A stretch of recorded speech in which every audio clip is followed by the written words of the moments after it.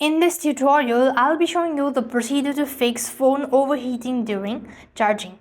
So to fix a phone overheating during charging, you could stop using a phone while on charging.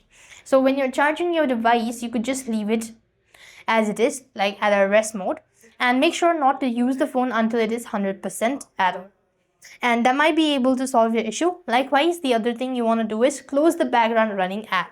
So you could see a lot of background running app in my case as well. So you could simply close this up, and then you could also maybe dim your brightness as well. That might be able to fix. If possible, you could also turn off your internet connection. That might be also possible, or be able to fix overheating at the moment. And then you could also use a socket, or maybe ensure using an original charger. That might be able to fix. Other than that, you could also try updating your software on your device. To update your software, you need to go to the settings on your device and then come to these storage or system. And when you go to the system section, so when you go to the system, there you have the software update. You could click that out and update your software as well. So these are some of the ways to fix overheating during charging.